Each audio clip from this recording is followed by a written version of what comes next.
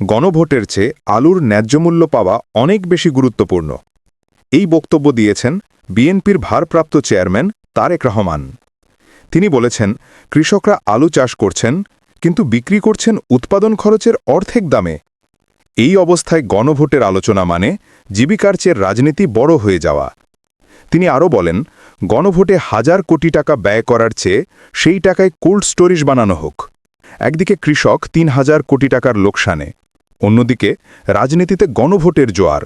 এটি শুধু কৃষকের নয়, সামাজিক সংকটও।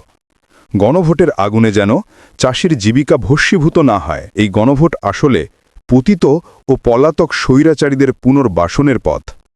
সবশেষে প্রশ্ন একটাই, এই বক্তব্য কি জনপ্রিয়তা বাড়ানোর জন্য, না সত্যিই শুরু হলো এক আলু থেকে গণভোট আন্দোলন?